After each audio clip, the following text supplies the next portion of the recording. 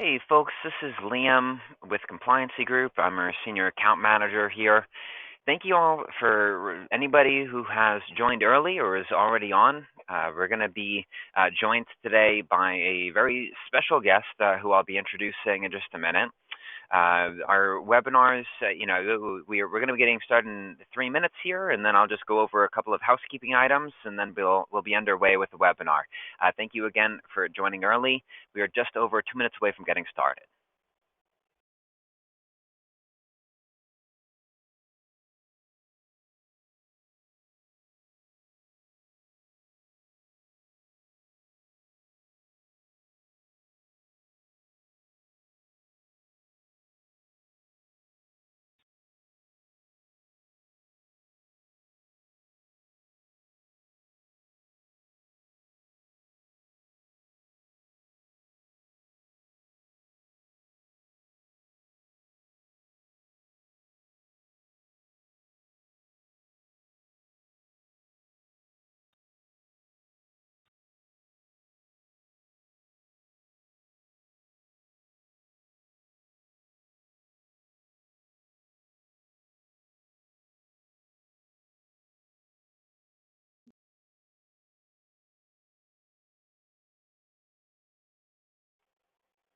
All right, folks, again, thank you for anybody who has hopped on here a little bit early.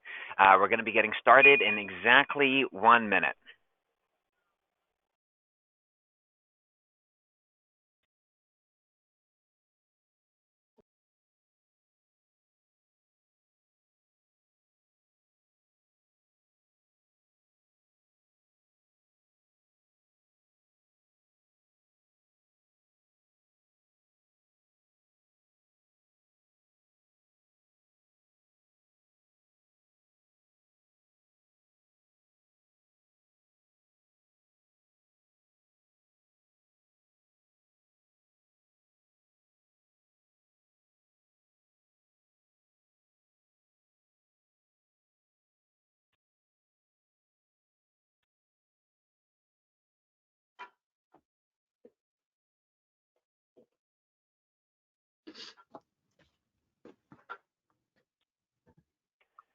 All right, folks, so we have officially reached the top of the hour here, so we're going to be getting started in just a second.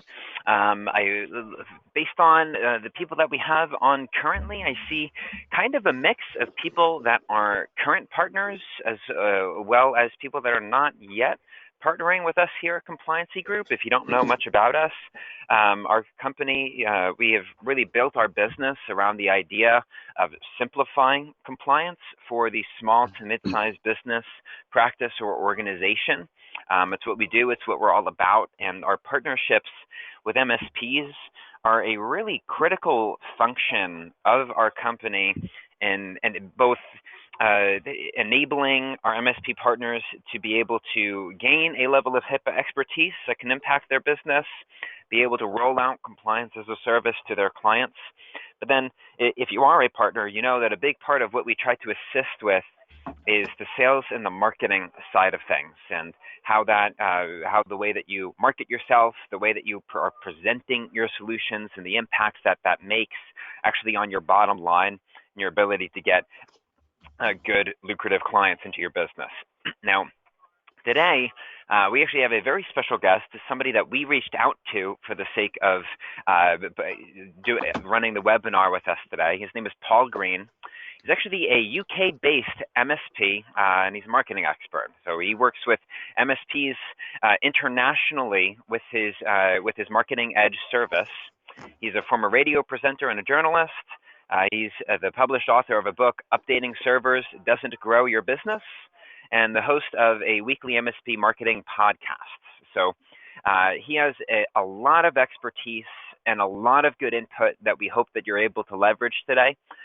So without any further ado, I'm going to introduce you to Paul Green. He's going to be taking over here for the purposes of the webinar. Thank you very much. Thank you, Liam. What a wonderful introduction that was. And thank you very much for having me on this webinar. We are going to talk today about how to get more new clients. I've been working with MSPs for around about 4 years, and it's the number one question. Most people just want to know, how do I get more leads? How do I get more good prospects, warm them up, qualify them? How do I get more sales meetings? And I'm sure you are the same as most MSPs, that if you can get in front of someone at the right moment, it's relatively easy to do the deal and close them. But the issue is always, how do I get more of those meetings? That's what we're going to talk about in the next 35 minutes or so. So let me tell you just very briefly a little bit more about me. As Liam said, I used to be a radio presenter. I did that for 10 years. And in 2005, I had what's known as an entrepreneurial seizure, which may be something you've had yourself, where you suddenly realize, I've got to run my own business. I had that in 2005. I went off and started a public relations business, because that's what former journalists and radio presenters do. And that evolved over time into a specialist healthcare marketing business. And we were working with opticians, optometrists, veterinarians, and dentists. And that was a great business. We had 15 staff. We were doing £1 million a year, which is about, at the time, was probably about $1.5 million a year. And I sold that business in 2016, which was awesome. And after 6 months off and getting bored, I started working with what I knew at the time as IT support companies, and of course I now know is more known as MSPs. So that's sort of me in a nutshell. Some of the things I do with those MSPs here in the UK, we have some mastermind groups where we sit down. It's me and a load of non-competing MSP owners, and we sit down and we all work together on everyone's businesses, and that's great fun. And internationally, I have a service called the Marketing Edge, and you can see the website address there. It's mspmarketingedge.com. Now, the idea behind this is that we generate an amount of very high quality content that you can use in your marketing every single month. And we only sell it to one MSP per area, which is based on the county and state that you're in. So when we're done with this webinar, if you go and have a look on that survey, on that website, you can actually put your area in and see if one of your competitors has beaten you to it, or if it's still available. It's been in the States for, I think it's about 4 or 5 months now. Been going in the UK for around about 2.5, 3 years. So it's a pretty mature service, and it's only $129 a month. It's a free month's trial, see if you like it, and $129 a month. And at any point you want to cancel, you can just cancel. It's as simple as that. There's no contract or anything like that. Now, as Liam said, I did also write a book. It's called Updating Servers Doesn't Grow Your Business. So far, as of this morning, because it is afternoon here in the UK, as of this morning, 1,532 MSPs have a copy of that, most of them in the UK. Literally yesterday, I pressed a button on my computer and authorized a print copy of this to be printed in the States, because we're doing a lot more work in the States now, and I can send you a PDF copy of this book instantly. But we all know that a PDF is going to sit in your hard drive and you're not going to look at it. Whereas if I can get a physical print copy in your hands, maybe you'll read it. And it's a good book, if I'm honest. It's a book that took me about 2-3 weeks to write, and we have a lot of positive feedback about this. It's about MSP marketing. So if you would like a free copy of this, this is the website address to go to. It's growyourmsp.com. And that's an exclusive page that's been set up just for people who've found us through the compliancy group. You can go onto that page, you put in your name, your email address. We will immediately rush you a PDF copy of it and tell you about things like the podcast and other stuff like that.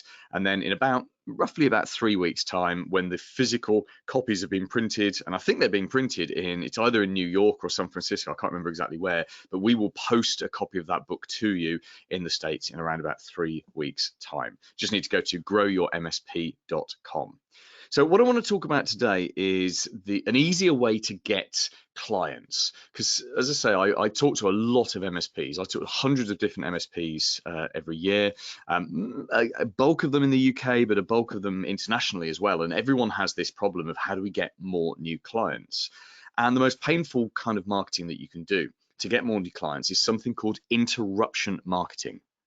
Now, interruption marketing is the marketing that we all did in 1997. All of us then put adverts in newspapers and put adverts on radio stations, maybe even local TV. We put billboards up.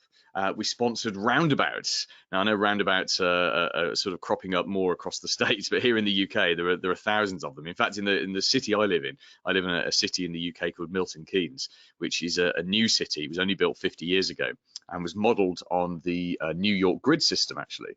So it's a wonderful city for no traffic jams, but there are 948 roundabouts here, and every single one of them has a sponsor message on it. Each one has been sponsored by someone. The thing is, all of these methods which worked so well in 1997, they don't work anymore because they are what we call interruption marketing. You see, someone who's listening to the radio is listening for music, information, they're listening for entertainment. They're not listening for the adverts. In fact, the only people who are listening out for the adverts are the people who've bought the adverts and the people who have sold them the adverts. For everyone else, it's an interruption. It's the same when you're looking for a new IT company. You don't go driving around looking for billboards. You just don't do this. So those billboards are interrupting people who are trying to do something else. Now, back in 1997, before Google reinvented marketing, because that's what Google did at the turn of the century, that was pretty much all we had. And that was why we were happy to do it, because we perceived that interruption marketing worked.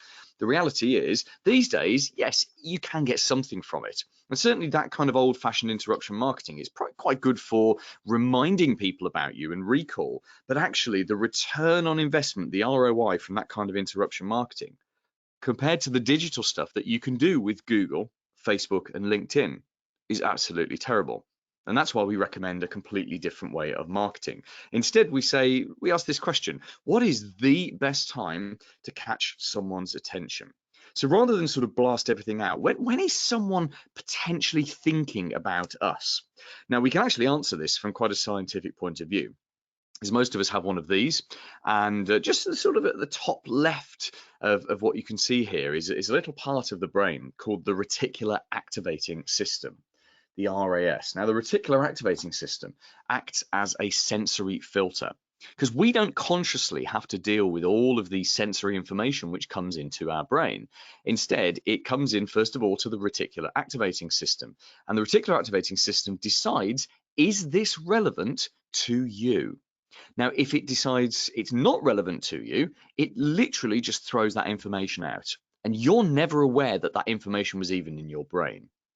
The flip side of that is, if it decides the information is relevant to you, then it tells you, you perceive the information, you're conscious about it. Let me prove that to you. Let's say today you decide that you want to buy a brand new car. Now, here in the UK, I drive a German car. I drive a BMW. It's a BMW 5 Series. And the day that I decided I was going to go and buy one of those cars, and I wanted to get a nice electric blue one, I went out for a drive that day, and suddenly all I saw everywhere on the road was electric blue BMWs. And I just saw them again and again and again and again. Now, the reality is they were always there, but I didn't perceive them before, because what happened before was my brain was seeing, or my eyes were seeing, these BMWs, but my reticular activating system was saying, no, they are not relevant to Paul. Don't tell him about them. Whereas at that point, they were relevant. My next car is going to be a Tesla Model S, and I can be driving down the UK equivalent of a freeway at 80 miles an hour, and in my peripheral vision, I will see a Tesla coming the other way on the other side of the road, and I will point it out to my family, which they hate. And I only do that because of the reticular activating system. It's the same as you. You go to a new town for the first time, and you see the adverts and the vans for all the other MSPs. But ordinary people don't, because it's relevant to you, because it's your world. To them, it's not relevant. Now, this is why interruption marketing doesn't work. This is why when most people see your adverts, they see them, but they don't perceive them. It's why we don't suggest billboards and sponsorships and TV adverts and radio adverts and all of that kind of stuff. What we suggest instead is a complete shift in mindset. And the shift in mindset is to think 10. Today, there are 10 people in your local area looking for a brand new MSP. Tomorrow, it's a different MSP, a different 10 people. Saturday, it's a different 10 people. Sunday, a different 10 people. Monday, Tuesday, Wednesday, 365 days a year. And obviously 10 is a completely made up figure, but you can assume there's a tiny number of people who are looking for a new MSP. So if you want to make your life hard and waste your money, just blast a message out to everyone. We call it spray and pray, and hope to just catch people at the right moment. Or if you want to make your life easy, just put your business in front of that small, tiny number of people who are looking today for what it is that you do, remembering that there's a new bunch of people every day. Now, the only problem with this is that you don't know who these people are. And you also don't know at what stage of the sales cycle they're at. There's a couple of assumptions we can make when someone buys IT support, when they switch from their incumbent MSP to you or to someone new. The first thing we can understand is that this is a really big purchase for them. You probably know this yourself because of how long the sales cycle takes. If there was ever one thing that they buy for their business that could completely screw everything up, it's IT support. If they switch to a different CPA and they don't get on with that person, at worst, they switch to a different CPA and that person fixes it. But if they switch to a new MSP and they really, really have a bad experience and all their technology goes wrong and they start losing data, that can be absolutely catastrophic for that person. And that's why your sales cycle just takes so long. In fact, I would say it's one of the longest sales cycles of any B2B organizations. I'm sure you've had the experience where you've sat down and you've done a whole series of meetings and proposals and spent a huge amount of time with a prospect only for them to stick with their incumbent MSP for another year. And they're not happy. And it completely, you think, why? Why are they doing this? They're doing it because it's such a big purchase. And in a situation like that, there's an expression we use in the UK. I know you have a similar expression in the States, which is better the devil you know. It's easier to stay with a company that you know, even if you're unhappy with that company, than it is to switch to someone new. So that's your kind of one big problem that you've got to overcome. Another big problem is that the decision makers that you want to reach, the business owners and managers in your area or in your niche, they simply don't know what they don't know about technology. Now, I'm excluding internal IT managers. If you sell to internal IT managers, that's not what we're going to talk about today. That's a completely different form of marketing because they're quite knowledgeable people, and actually that knowledge gets in the way of the sale. What I'm talking about on today's webinar is what most MSPs want, which is ordinary business owners and managers of ordinary businesses, and you want to reach them and you want to get in front of them and you want to build a relationship with them. And you've got to remember, they don't know what they don't know. Even those who consider themselves to be quite tech savvy don't know what they don't know. And they're scared and they don't want to make a mistake. And the business owners, making a mistake isn't so bad for them because they haven't got a boss to fire them. For the business managers, they've got a boss to fire them. But for the business owners, they don't want to lose time. And they don't want to lose momentum and progress. And you're battling against all of these things. So let me take you through a 3-step system, which I have used myself over the last 15 years of my business owning career. My clients use it. So all the MSPs that I work with, I work with them to help them put up something in place. And I recommend that you do this. And it's actually a very simple system. It starts with driving quality traffic. Now I'm just going to go briefly through this system and then we're going to go back and look at 2 of the stages. But when I talk about quality traffic, in 2020, I mean traffic that you've either paid for or that you've invested time into. Now go back 5, certainly maybe 7, certainly 10 years, and traffic was easy. You could get very, very cheap traffic from Google, dirt cheap, lots of free traffic from Facebook, not so much from LinkedIn back there. Traffic was easy and cheap 10 years ago, and that's simply not the situation today. There are 3 main sources of traffic for an MSP. There are 20 to 30 places you could get traffic, but if you're going to focus on a small number of things, which you should do, you'd focus on Google, LinkedIn, and Facebook. Now, Google has all sorts of issues when it comes to getting traffic. We all know that they've made a series of changes over the years which have affected the traffic that you get. It used to always be about getting to the top of page 1 of Google. Well, these days, more people are searching on their cell phones than they are on computers. And top of Google is now 3 swipes down. Because when you do a Google search, if you now Google for IT support in your town, and by the way, if you do that regularly, make sure you do that in incognito, because when you do it in just your normal Chrome or whatever you're using, when you do that and you type in IT support your town and you tap on your business's website over a period of time, that search result is going to go up Google, but for you only.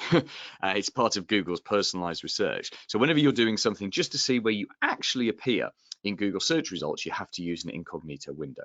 But you go and type in IT support your town, and up comes at the top 4 adverts. Now the adverts look these days exactly like the organic search listings, exactly the same, apart from a tiny little word ad, AD, in a box which appears on one of the lines. And the problem is that people's reticular activating system don't see that word ad. You'd be surprised how many intelligent, tech-savvy people Google something and tap on one of the adverts at the top without realizing that they're tapping on an advert. Now, Google has made that change over a number of years and quite smartly turned a lot of its own traffic into revenue. And I don't know what it's like in your marketplace, but certainly in some of even the quiet marketplaces that I work with in the UK, we're talking, $15, $20 per click. So yeah, that can generate you a $60,000 client, $60,000 a year or total contract client. So there is some ROI in that, but it's not as cheap and easy as it used to be a couple of years ago. Underneath the adverts, Google then has the map, because it considers MSPs to be retail businesses. And most of the MSPs I know don't want people turning up to their office unless they've got a break fix shop, which, as we all know, is not really a very 2020 business model anyway. Where the managed services is the much more robust business model there. So you've got your adverts, you've got the map, and then you get into the organic listings. And most MSPs now don't get huge amounts of traffic from Google unless they're absolutely dominating those Google search results, perhaps through paid campaigns and SEO.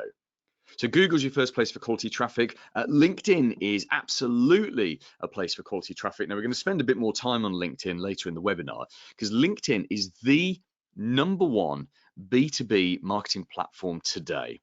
It's been that way for about 18 months, 2 years or so, and I can foresee it staying that way for a few more years until Microsoft breaks it. And I say that with a caveat that Microsoft bought LinkedIn for squillions of dollars, billions and billions of dollars, and they've made it better. They've made it a lot better. In fact, what they've done, they've followed the classic Microsoft modus operandi of they've copied the market leader. And you can see this in Office 365 with all the, many of the different things. Teams, is a copy of Slack. LinkedIn is a copy of Facebook, and they've taken their interpretation of Facebook's algorithms, in my opinion, and they've made LinkedIn more like Facebook. And certainly we can see that the content behaves in very similar ways in LinkedIn as it does to Facebook. It's all about what happens to it in the first hour. That determines how many more people see it and how much traffic you get. But LinkedIn, certainly for the next couple of years, is going to be a great source of traffic for you until Microsoft decides to monetize it more aggressively. And that will be when it changes, because that's what happened to Google. And the third, so we'll talk about LinkedIn a bit more later on. And the third source of traffic for you is Facebook. And we mean Facebook organically, but particularly Facebook adverts. Now, I think Facebook adverts are an amazing source of traffic for you. And business owners, the people you want to reach, they do use Facebook. They might not use it as much as consumers, but they really, really do use Facebook. And you can use adverts, very targeted adverts, such as remarketing, which is where you get a message back in front of someone that's previously visited your website or is already in your database. You can also do targeted adverts to reach new people. My favorite trick with that is to run adverts in their downtime. So we're constantly running Facebook adverts at the weekends because we want to reach the owners of MSPs at the weekends in their downtime, particularly if they're bored. Someone you can't get past their gatekeeper during the week, you can get into their personal device that they're looking at on a Sunday afternoon, and it will cost you cents, half a dollar maybe, just to do that for those adverts. So Facebook is a great source of traffic right now if you know what you're doing. So our first step is quality traffic. We want to then take that quality traffic and not just send it to the website, but build multiple audiences. Now, the reason we don't want to send it just to the website is because if you've ever looked at your Google Analytics, which is a very dull thing to do, to be honest, you'll see that you get very little attention on your website. People will visit your website, they'll look at 2 pages, perhaps the home page, perhaps the About Us page, which are the 2 most important pages on your website, and then they leave. And that's perhaps that's typical for most MSPs, and they don't come back ever, or for 6 months. So we don't want to waste all of our time and our effort and our cash driving traffic to the website. Instead, what we want to do is we want to get people to join an audience. And by an audience, by getting them to join an audience, it means that they are choosing to listen to you going forward. And I do, by the way, in my own personal marketing to sell my services, I do exactly this. So I know this phrase of drinking your own Kool-Aid. I use exactly the same marketing as I get my clients to do to promote my own stuff. So I have multiple audiences. I have a Facebook group. It's called the MSP Marketing Facebook group. And if you go into Facebook and just type in MSP Marketing and go to groups, you'll see my Facebook group. And you're welcome to join it. If you're an MSP, it's a vendor-free zone. I give away my book to build my email list, and we'll talk more about that in a second. I have a podcast, we're getting near a couple of hundred listens every week, which is amazing. It's the MSP Marketing Podcast, all on your favorite podcast platform. And all of these are my multiple audiences. You can do exactly the same thing. And the beauty of a multiple audience is you pay a little bit of money, or you spend a bit of time today to get someone to go to that audience, and then you get to talk to them again and again and again and again for potentially years, which is perfect for an MSP because, as we know, it's a slow sales cycle and people are scared and they're risk averse. And so we want them to feel like they know you before they have to make a buying decision. And that's where the third step comes in, which is to consistently follow them up. And what we mean by this is actually build a relationship with them, put content in front of them again and again and again. In fact, every day, every week, and every month. And I'll explain exactly what I mean by those three things shortly. But we're putting content in front of them. So at the point that they are ready, because people only buy when they're ready to buy. So at the exact moment that they are ready, they feel that they know you in some way. Now, it's a very light and loose relationship, but at least they know you. So at that point, they're so annoyed, so frustrated, so fed up with their incumbent MSP, and they're ready to have a conversation with another MSP. You are there in front of them, and they at the very least have heard of you, and you've pointed them, you've touched them in a number of different ways. So all you need to do is repeat this system again and again and again until the magic happens. And the magic is when you get them on the phone or you go out and you see them. And as I said earlier, most MSPs are very comfortable to pick up from that point. And even people who aren't comfortable salespeople, they can do it. They can close a client at that point. That's not what we're going to talk about today. The issue is actually getting more of those meetings. Here's a quote from me. The business that builds the biggest audiences, builds the best relationship with those audiences, and markets them the most typically wins. And this isn't just theory. I've done this again and again. That business that I told you that I sold in 2016, which was a specialist healthcare marketing business. Yeah, we were selling marketing services. It's really no different to selling MSP. In fact, if I bought an MSP tomorrow, I'd use exactly the same system. I'm using the same system now. We had 12,000 prospects, all of whom had opted in to our email database.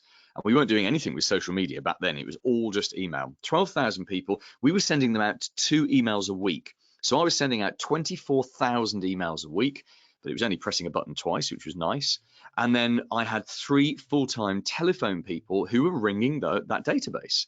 And they started with the people who were opening the emails and clicking the links, because we knew that those people were alive and we knew that they were active. And that's a pro tip, that one. But ultimately, they worked their way around those 12,000 people every single year. And then they were generating appointments for 2 field sales people. In fact, this was one of the reasons I was able to sell that business at a premium to a very willing buyer, because we got the sales and the marketing absolutely spot on. It was a machine. It literally, as long as we kept sending the emails out, and as long as we kept making the phone calls, and as long as the salespeople actually attended the appointments and followed the processes we put in place, that business was just a machine. And we got to the point where we knew if we spent $1,000 putting people in at the top of the funnel, building the list, building the database, then we knew exactly how much revenue and ultimately net profit would come out the bottom. And that's the kind of figure that people really want to see when you're going to sell a business. Now, if I bought an MSP tomorrow, I would do exactly this. I literally would do exactly this system because I believe so much in this quote here.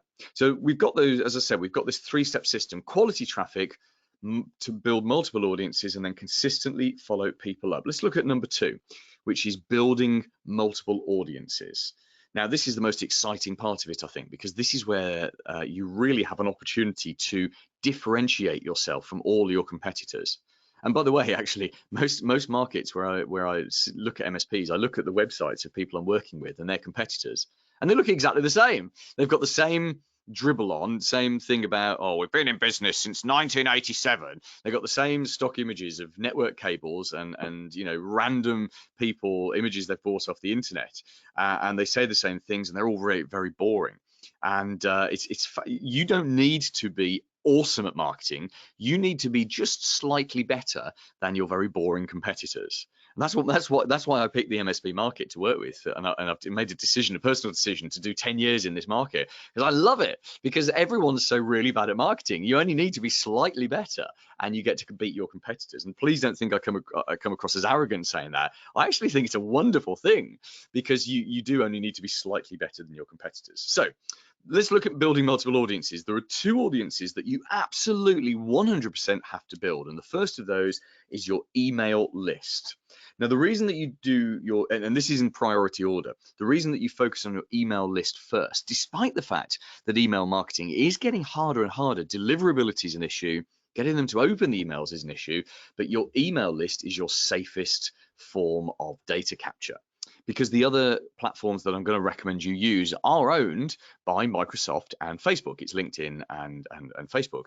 And Microsoft makes you a lot of money, I know, but I don't really trust Microsoft not to damage something or destroy something or take it away from me tomorrow. I certainly don't trust Mark Zuckerberg not to take it away from me tomorrow. Anyone who relies on Facebook as the platform to get new business into their business is playing Russian roulette with people who are playing a different game. So your email list is safe because that email data is yours. You can use a CRM, a customer relationship manager system, which kicks you out. It gets sick of you, but it doesn't matter because that email data is always yours. It belongs to yours. So this should be the first audience that you build. Now, the bad news is that please sign up for our newsletter. Just doesn't work. Hasn't worked for nearly 15, 20 years. So instead, what we need to do is we need to offer people something called an ethical bribe. Now, let me show you the ethical bribes that I give to my clients. So you're aware that, about 8 days ago, 9 days ago, Windows 7 expired, Office 2010, all that server software. We gave this a name 12 months ago. We called it the 2020 problem. And what you're seeing here is a book. Now, I physically wrote a book and then I gave it to all of my clients. And this is why I only work with one MSP per area. I gave them this book and I told them to print it. I told them to put their name on the front, to print it, to personalize it inside if they wanted to, but they didn't have to. And they used that as an ethical bribe on their website. So people gave them their contact details in return for a copy of that book, just like I said to you at the beginning of the webinar. And by the way, at the very end of the webinar, I will repeat the domain name, the URL for you to go to get a free copy of my book on MSP marketing. But I told them to give it to prospects. I told them to give it to clients. I told them to take it to networking meetings, because ultimately this book became not just their ethical bribe, but it became their business card. Now, obviously, this book has expired, so this is the new one that my clients are using. It's called Email Hijack. Again, I wrote this and I gave it to my clients. It's a fictionalized story of a business owner called David who goes off to Orlando for a holiday with his family. And while he's away, he doesn't realize that he clicked on a link in about 150 days ago, and his emails are being forwarded out to a Gmail account, secret forwarder. And they know he's on holiday. And they also know on a specific day of the month, a large invoice comes in from their biggest supplier. So that invoice arrives, and literally 30 seconds after that email arrives, they send an email which looks like it's from the supplier, but of course it's not. It's a fake domain name. And it says, oh, by the way, we forgot to tell you that we've changed our bank account details. Please, can you use the new details here? And a member of David's staff, he goes and pays that invoice. So David comes back from holiday. The supplier's saying, hey, you haven't paid our invoice. But yet there's $12,000 missing out of the bank account. So in all, he's $24,000 down because he had $12,000 stolen and he's still got to pay the invoice. And it talks about how he discovered the hack. It talks about, it's written as a piece of fiction. It talks about how he gets a new IT support company in. That's you, by the way. And he talks about how they fix it, but it's written for normal people. So it's quite a challenge writing quite technical concepts in a way that ordinary people would understand. So that's that book. I give that to my clients. They put their name on the front and then they either turn it into a PDF or print it. The reason we recommend print rather than PDFs is because we've all got too many PDFs on our laptop that we haven't read. And to be honest, we're not going to read because there's too much of other things to do in life. So when you print it, you can get it into someone's hands, you can get it on their desk, you can get it into their toilet time.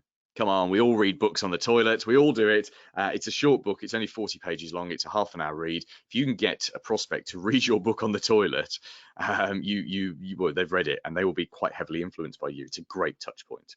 So you need an ethical bribe, you also need a data capture page and a CRM. And when I say a CRM, I don't really mean using Autotask or ConnectWise. I know they've got marketing plugins, but they're not designed for marketing. Use their marketing plugins as a way to reach your existing clients. But for prospect marketing, you need a specialist CRM that's been designed from the ground up for marketing. The best one of these is simply MailChimp.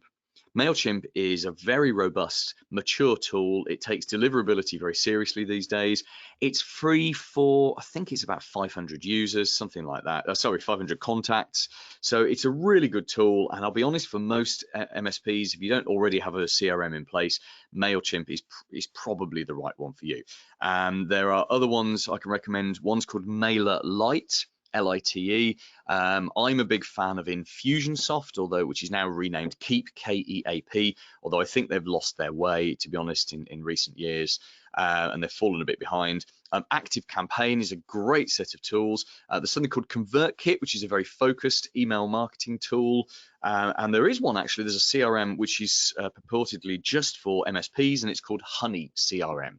I don't know anyone that's using it, but that's certainly worth having a look. Now, all of these CRMs, not only do they handle the actual process of someone signing up, so it's completely automated, but most of them will generate that data capture page as well. And if not the page, then they'll certainly generate a data capture box to do it all for you. So email list building is a hell of a lot easier today than it was 10 years ago. And that's why it should be your first audience. Your second audience should be your LinkedIn connections. Now, as I said, LinkedIn is enormous for MSPs, and I am pushing my clients all the time to do more and more and more on LinkedIn. You've got to think of LinkedIn as just a great big, constantly up-to-date, real-time database of prospects. And it's a chance for you to connect with and engage with those prospects. But you've got to work LinkedIn routinely and robustly. In fact, I recommend that you make LinkedIn a daily activity. 30 minutes every day on LinkedIn will change everything in 6 to 12 months. And there are 3 C's that you should be doing every day on LinkedIn. The first C, or the 3 C's are connect, content, and call. So the first C, connect, you literally every day, you connect with as many people as you can. And I think the limit on the free LinkedIn account is 20 people a day from memory. So in which case, don't push your luck. Just go for 18 people a day. Every day, try and connect with 18 new people. And there's some very clever things you can do. For example, you can steal other people's connections. So there might be someone, let's say a CPA in your town who goes networking a lot and is just connected to everyone, all the local business owners and decision makers. So you can go and connect to that person. And so long as they haven't ticked a specific box in LinkedIn, you can then go and look at all of their connections and just connection request their connections. And that's a bit of a sneaky thing to do, but it's a pro tip. I mean, they won't know you're doing it. It's a pro tip of a way to build up your relevant connections quickly, because you don't want to be connected to other MSPs. You want to be connected to people who could potentially do business with you one day. Now, if you're just doing that half an hour a day, the free LinkedIn is enough. If you've got a salesperson, whether they're the phone or the field, they should be on LinkedIn all the time.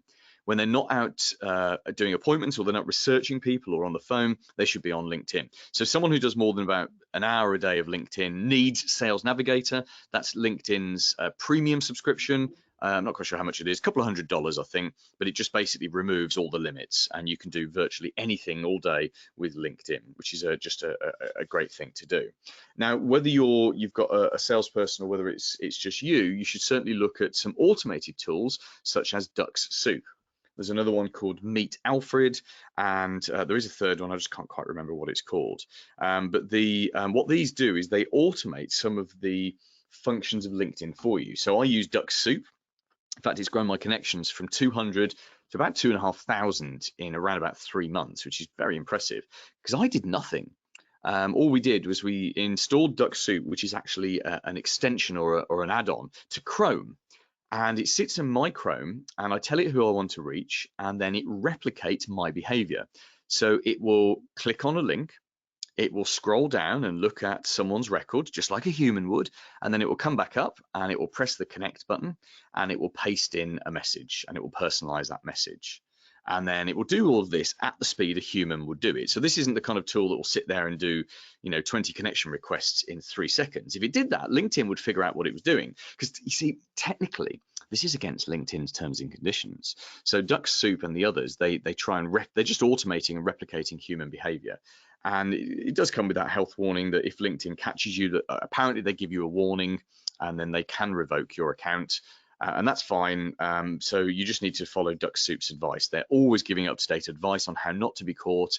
Little things like if Dux-Soup is using your LinkedIn in your laptop, don't go and use LinkedIn on your mobile, because two humans looking at the same account on two different devices is a flag, and that's the kind of thing that LinkedIn is looking for. So LinkedIn Connections is very much your second multiple audience. I realized I forgot the two other C's there. So it was connect, content, and call. So connect is obviously about connecting with people. Content is about putting content onto LinkedIn, and we'll talk about how often in just a few minutes. And then calling people. I really believe you should just be calling your LinkedIn database. And this isn't a telesales job. This is just you or someone on your behalf picking up the phone and calling people. And sure, some people are going to be rude and they're not going to take your call and you won't get past gatekeepers. But again, the mindset is that LinkedIn is this massive database of prospects. And you just might as well use that database, because the good years won't last forever. Microsoft will eventually want to be more robust with the way it generates revenue from LinkedIn, and it will make changes in the same way that Facebook has, and the same way that Google has. So we might as well enjoy the party while it's here now. So there is a third potential audience that you could build, which is Facebook groups. Now, if you have a niche or a very, very let's say a very, very intensive business area. So if you're perhaps in a small town and everyone knows everyone, there, a Facebook group would work very well there, because you could do it as a business support group. If you work in a niche, Facebook groups can work very well. I have an MSP marketing one, as I said. We've got 550 plus members, MSPs, 80% of the UK, 20% in the States and in Australia. And it's taken me 2 years to get it to that stage. It's a very high quality group, no vendors, it's a vendor-free zone, and there's multiple conversations happening every day. But as I say, it's been 2 years of hard work to get to that point, but it's worth it. I make a lot of money because I've built it out of that group, because I've built a relationship with 500 people who are in that group. And so every now and again, I'll drop in a commercial message and we make money out of it, which is worth doing. So you can do that. It's just whether or not you've got the time. It's a daily task, 7 days a week for at least a year. And for some people, that's great. And if that's not your cup of tea, don't do it. I must just mention Instagram, by the way, which is not here on this list.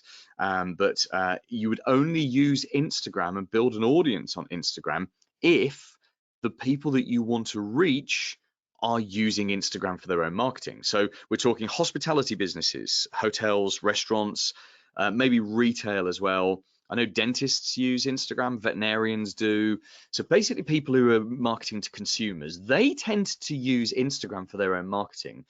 And that's something that you would, if they're on Instagram all day doing their own marketing, you would use Instagram to reach those people on Instagram. If you're not targeting these people, just forget Instagram even exists. So that's building multiple audiences. The third part of our process is to consistently follow people up. And what we mean by this is educate them, build a relationship with them through content. And that content is 95% educational content. If they don't know what they don't know, we've got to teach them. And one of the questions people ask me is often, well, what kind of content should I put in front of people? There's a very simple answer to this. What are the questions that normal people are asking your team every day? So it's going to be things like, why is my computer slow? Why do I need to change my password? Do I really need to generate a code on my phone every time I log in? Why do I need a password that's more than 5 characters? That kind of stuff. And you take these questions, and maybe you could go through tickets and see what the trends are, or maybe you could just talk to your team and ask them, what are normal people asking us every day? And each one of those becomes a piece of content. But you've got to make sure the content is targeted to the decision makers that you want to reach. So for example, why your computer is slow is not going to be a great article, because that's ultimately targeted at end users. And from a selling point of view, we don't need to reach end users. So instead, we take exactly the same idea for that piece of content and we flip it round and we turn it into why your staff whinge or moan about slow computers. Now we've got exactly the same piece of content, but it's now targeted and packaged towards decision makers. And what's also wonderful is we can take the same piece of content and we can actually use it in a different number of different ways. We can write an article. Then we can take that same content and we can turn it into a video, which we run 2 months later. And if you personally don't want to be in videos, it's some people's idea of hell, then you get someone else to do it for you. And we'll talk about outsourcing it in a second. You could take the same piece of content, you could turn it into an infographic. It's wonderful. These same subjects, you only need about 20 subjects a year, and you can generate at least 50 pieces of content out of it. And in terms of how often you put that content out, this is my rule for content. If you're posting stuff to people, you should do it monthly. By the way, if you're not posting stuff to people, start posting stuff to people. No MSPs do this. I met an MSP at a big tech conference in the UK earlier in the week, and he sends out 50,000 pieces of mail every month. And that's mostly to cold data. This is completely against all my normal marketing rules, and the reason I mention it is because it works. He showed me that I was he gets an average of 1 new client a month off the back of it. So 50,000 pieces of mail a month, literally bombarding all the businesses in his area. It costs him 20-30 cents per unit, and he gets a new client. And his average client is, let's say $1,000 a month. So there's very much a return on investment in that. That's not best practice at all, but it's working very well for him. He showed me a piece of his direct mail. It was very basic. It was, hey, this is us. This is what we do. Call this number. It was, it's the kind of thing that if you sent it out to 5,000 businesses, you probably wouldn't get any response at all. But because he's hitting 50,000 every month, he's getting that return. It's a tiny, tiny response, but it's enough for he's hitting the people who are ready to have that conversation at that time. That's quite an extreme way of doing it, by the way, just as a side note. But if you're going to do direct mail, send stuff, do it monthly, and just do it because people aren't posting stuff. I get hundreds of emails every day, and I get virtually nothing in the mail every day. Therefore, it gives you huge standout ability. Emails should be sent weekly. Assume that people are only opening 1 in 4 of your emails. So if you send an email every month, they're only seeing an email from you every 4 months. If you send an email every week, they're only seeing an email from you every month. I actually now prefer to send out, I email twice a week now. I send out an email with my podcast content, and I send out an article every week. And then in terms of social media, LinkedIn, Facebook, maybe Instagram, if it's relevant to you, that's got to be daily. And a reason for daily is because it's very disposable. Here in the UK, we love our fish and chips. It's our national dish, apart from curries. And we have a saying, which is that today's news is tomorrow's fish and chip wrappers. Because 40 years ago, they used to serve fish and chips in newspapers, in old newspaper wrappers. Now it's in nice, hygienic white paper.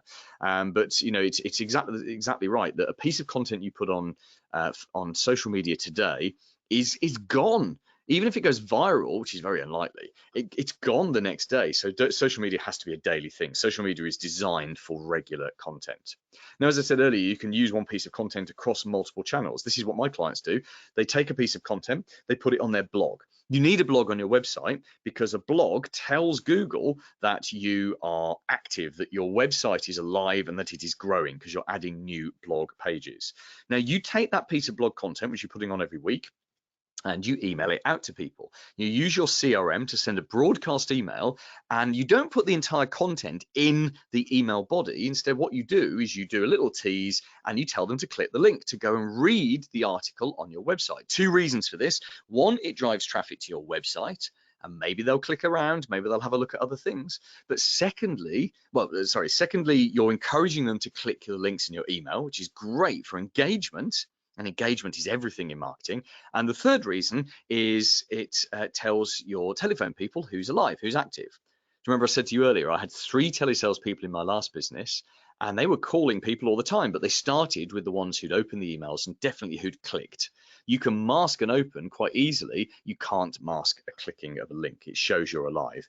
Pro tip on this, I had to build in a 12 to 24-hour delay between the click and the call, because my telesales people were so keen to call as many people as they could that unfortunately they were educating my list early on that if they clicked a link, the phone rang. I'm not kidding. It was literally like a minute's delay. So I had to build in my CRM a 12 to 24-hour delay so that my telesales didn't even know people had clicked until hours after the case. We can also take that same piece of blog content and we can put it on LinkedIn. Pro tip on that is don't post a URL into LinkedIn. LinkedIn prefers that you put the content into LinkedIn itself, that you paste the actual content in. Basically, it and Facebook don't like people leaving the platform. So its algorithm treats content better and shows it to more people if it's actually hosted within LinkedIn. Exactly the same on Facebook. You could take the blog content, you could turn it into a YouTube video. Now, videos are everything. I'm going to talk about, in fact, videos are one of our secret weapons I'm going to talk about at the end, where we are just a few minutes from the end of this webinar. But if you personally don't like doing videos, just outsource it. Go on to fiverr.com. It's got 2 R's, fiverr.com. There are thousands of people that will turn an article into a video for you for just $50 or $100. It doesn't have to be a huge amount of money. You can put that blog content onto Facebook, and you can also do a printed newsletter. I have quite a few clients now who have really embraced print. I'm not a big fan of newsletters, but they work in terms of getting your message in front of people. In fact, 2 of my clients who deal exclusively with schools, they are doing printed newsletters, 1 per term. So that's 3 a year. And it's just a great way for them to reach people who aren't very good at responding to digital methods. So if you're in a niche, perhaps manufacturing or something, where they're just not very digitally savvy and they're not responding to emails and they're not on social media a lot, print some stuff and physically get it in front of them. And it's one of those areas where it really pays to pay for a designer. Don't print cheap, nasty stuff that's been badly designed by you in Word. It doesn't pay off. It's got to look professional. And again, if you don't have a local designer, fiverr.com or People Per Hour is the place to go for that. So final thing I've got for you is 3 secret weapons. And this is based on experience, working with so many MSPs. The first one is that activity beats perfection. I'm a perfectionist, you're a perfectionist. We're control freaks. That's why we started our own business, and we want everything to be perfect. But in marketing, get it out there when it's 80% ready. It hurts me sometimes when we send out a mail campaign, or we do something online, or we do an email, and it's not quite 100% perfect. But apart from the odd idiot who has emailed me back to tell me about the spelling mistake, thanks for that, very few people notice if it's not right. So we aim now to get it 80% right. And getting stuff out there and getting it done always beats perfection. The companies, the MSPs I work with that are the most successful, that are growing the fastest, that are getting new clients faster than anyone else, and ultimately are making more net profit, which gives the owners a better lifestyle, because the amount of profit you make in your business directly affects the lifestyle that you can lead. They're the ones that do the most activity. They spend the most time on marketing, and they just get it done. That's what you've got to do. So that's secret weapon number 1. Secret weapon number 2, video engagement. It can't be beaten. 2020 is the year of video. If you're not embracing video, you've got to make this a major action for yourself this year. Now, there are 2 types of video that you need. One of them is a one-off job, and the other is a regular job. So the one-off job is what I call your Hollywood video. It's a well-filmed, expensive-looking 60-second masterpiece that goes on the homepage of your website. In fact, ideally, it is the homepage of your website. It sits at the top of your homepage. It's a giant video. It's the thing that they see, and that 60-second video, which you commission, you don't do this yourself, you find a local company to come and film it for you. It's 60 seconds of your clients talking about you.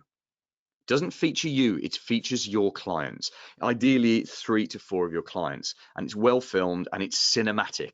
So it's beautiful, and that might cost you $4,000 to get that done, because that's a day's filming and 2 days editing, but it is going to be worth every cent that you spend on it, because people who could go on to be clients of yours will come in, they will have a look at your homepage video, and they will realize, because other people are talking about you, that you are a serious player. And they, it's basic social proof. We all prefer to do what most other people are doing. So if they can see 3 or 4 of your existing clients talking about you and endorsing you, they will realize that you're safe. So that's something you do once, and you do it every 3 years. You refresh it every 3 years. But on a daily basis, you want disposable video. Now, this disposable video, you don't need a video crew. You can do it with your cell phone or your iPad. In fact, iPads are pretty good for this because of the nature of recording video with an iPad makes it easy. The content is just a rehash of the written content we were talking about.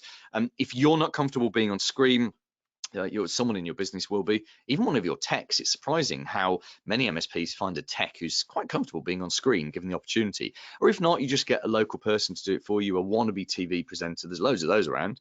someone in their 30s preferably, or late 20s, early 30s, or early 40s, because they've got some, you don't want a 12-year-old pimply, spotty kid doing it. That doesn't represent the business well. But the goal is just to get humans on screen talking about stuff. The three things that make video look good are lighting, sound, and stability of image. Lighting is really easy. Film your videos outdoors. I film all of mine outdoors. Even on a gloomy, glum, British, overcast day, it's still well lit. And the cameras in our cell phones and iPads are very good. They're designed more for outdoor light than indoor light.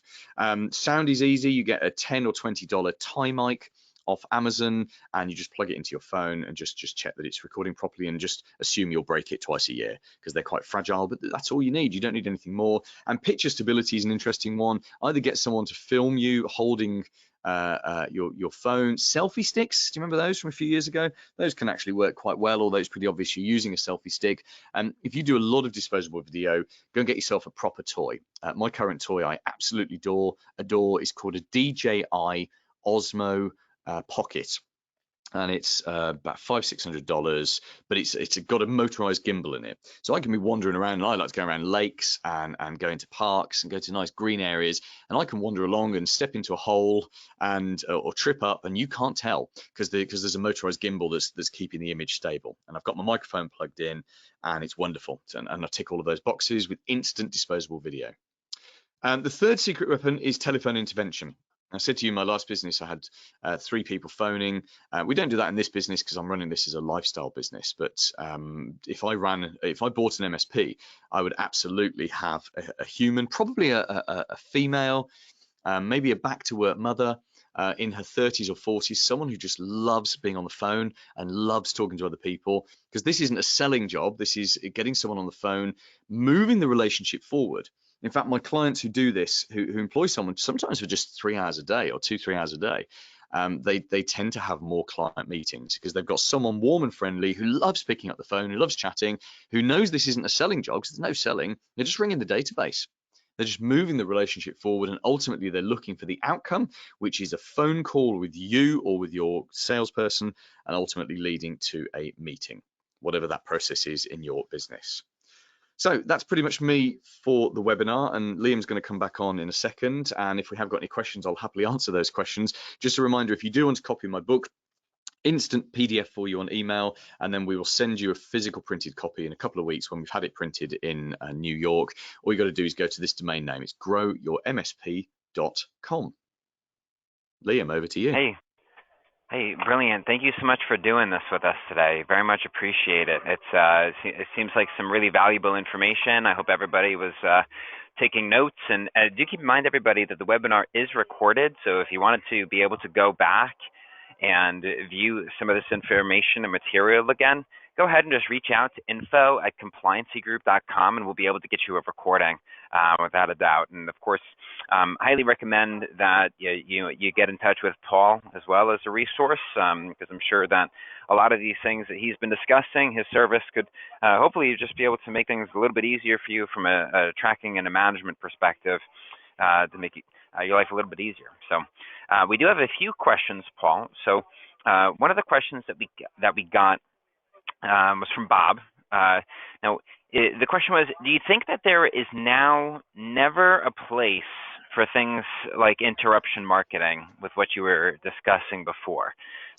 So whether it's newspapers, ads, or, in the States we have Angie's List, things such as that. Great question, Bob. Thank you. I think there is a place for it, but it's very much second tier. So I think most MSPs have a finite amount of time and cash for marketing. And if you're going to use, if that's all you've got is a small pot, then you should focus it on LinkedIn, Google, Facebook, probably in that order, because you get the highest returns from it. I think it's when you become a larger MSP, or you want to absolutely dominate an area, that's when you start to look at those interruption methods, but very much as secondary only. Those interruption marketing methods work really well for brand building. Brand building is what we see the car companies doing. It's what we see the perfume companies doing. You know, when you see Angelina Jolie in a pool of liquid gold, talking, you know, and she's pouting and it's got the name of a perfume at the bottom. That's brand building. Sure, it sells perfume, but it doesn't trigger someone to go, oh, I'm going to go buy perfume right now. It changes the way they think about it. Coca-Cola is the most famous brand building company in the world. 99% of Coca-Cola's marketing is brand building, so that actually when you're thirsty and you see Coke and you see Pepsi in a refrigerator, and we all of us have a preference. We either prefer Coke or we prefer Pepsi, and it's because we feel good when we buy our favorite brand, and that's what they're focusing their time on. So that's fine for Coke and Pepsi, which are 100-year-old plus brands. We don't have time for that.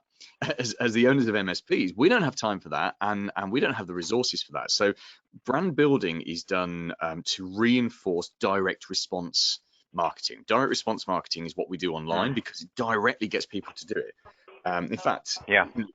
But the brand build, the time you'd probably do brand activities when you're a very mature MSP and you want to really dominate in the town, or if you want to annoy and scare your competitors. So you might, and there are times that you would do this, perhaps if you have the downside of running an MSP is there are no barriers to entry. Anyone can set themselves up as a bedroom warrior and be an MSP. So there are points where you might want to advertise to annoy someone. I do know one MSP, they bought the billboard opposite their biggest competitor's building. And every month they change that, and they're doing it to demoralize the staff of their competitor. So it's a bit of an evil thing to do, but that was a strategic reason to do it. I'm sure it doesn't give them any business. Yeah, that's a great reply. Thank you for that. Now we have a few other questions here. Let me see. So what about text and/or fax messaging marketing? This question came from Carl. Thank you, Cara. Okay, so fax and text. Let me do text first. Text, yeah, I think it's quite the beauty about text. So I presume we mean SMS, although we could mean WhatsApp as well, and Messenger. The beauty of them is they grab your attention instantly. So I've just, while you were asking that question, actually, Liam, I just glanced at my phone. Of course, I've had it on Do Not Disturb, and I've got 17 WhatsApps, I've got 3 SMS messages, I've got 4 Messenger messages, and I've got to deal with those at some point. Now, I've probably also had 20 emails. The difference is those emails can sit and wait. They're not, I don't have any notifications for those on my phone, but certainly the SMS, I've got to deal with those because it could be my daughter's school, because it's still the school time here in the UK, etc., etc. So that's the beauty of them. The downside is obviously you haven't got a huge amount of space to get your message across. And if you abuse it, you lose your prospect very quickly. So if you send someone too many emails, they'll just unsubscribe. At the worst, they'll hit reply and send you a little bit of grief. But you send them a text once a week, and it's grabbing their attention at the wrong time, you can lose and actually turn the prospect the wrong way at the wrong time. Personally, I don't recommend it. I think it's more of a consumer thing. It's something I would save it for, for example, if you've put a proposal into someone and you just can't get hold of them as part of your follow-up, that's when a text would be a good thing to use. I think it's almost saved for the important things. Now, fax marketing, oh my goodness, do you still use fax machines in the States? Well, predominantly, I think it's a lot of the professional services organizations use them. I mean, I can speak for myself. I have not sent a fax in years. Just speaking for myself, but I know a lot of people still do, and whether it's insurance brokers and firms of all different kinds, lawyers, probably more predominantly. So, and that tends to be a focus, at least in the States, for a lot of our MSPs, which may be where the question's coming from. In which case, you would. So let's say let's say lawyers used fax machines, and you wanted more lawyers. I have to question why anyone would want to work with more lawyers, but there we go. You wanted to reach more lawyers. Yeah, if they're using fax machines, use it. Do you remember what I was saying earlier about Instagram? And you use Instagram if the people that you want to reach are using Instagram. It's exactly the same principle with fax machines. Brilliant. Yeah, thank you for that. Now, it looks like we have one more question, and then we'll go ahead and wrap it up here. Yeah, so Carl gave another clarification where, the majority of our MSPs, at least that are partnering with us, of course, are working in medical and HIPAA entities, and medical uses fax machines extensively. So, Got it. That in which case, yes, you would. And in fact, do you know what? Do you remember how I said earlier that I don't get much posts? I'm sure you don't get much posts, Liam. They are probably only getting faxes from other insurance companies and that kind of stuff. So yeah, why not? I mean, it's an experiment, isn't it? You see what happens. Yeah, certainly. Might as well put it out there. So it looks like the only other question that we had, and if there's any unanswered here, we will certainly have somebody follow up with you. But the other question, we always get a few of these, is how do we get a recording? So just so everybody knows, again, if you would like a recording of this webinar, just go ahead and reach out to us. You can go either on our website and submit a request you can just chat in with us, or you can send an email directly to info@compliancy group, and we'll be able to get you the recording and sent to you from there. Paul, again, sincerely, thank you so much for your time. This was a great deal of very valuable information that I'm sure all of the folks on the webinar today will be able to take back to their individual firms. And again, hopefully you all will have the opportunity to reach out and actually speak with Paul, as I'm sure that there are any number of ways in which he could assist in helping you do this more effectively. All right. Thank you all for your time today. And thank you again, Paul, for joining. Thanks for having me on, Liam. Really appreciate it. All right. Everybody have a great day. All right.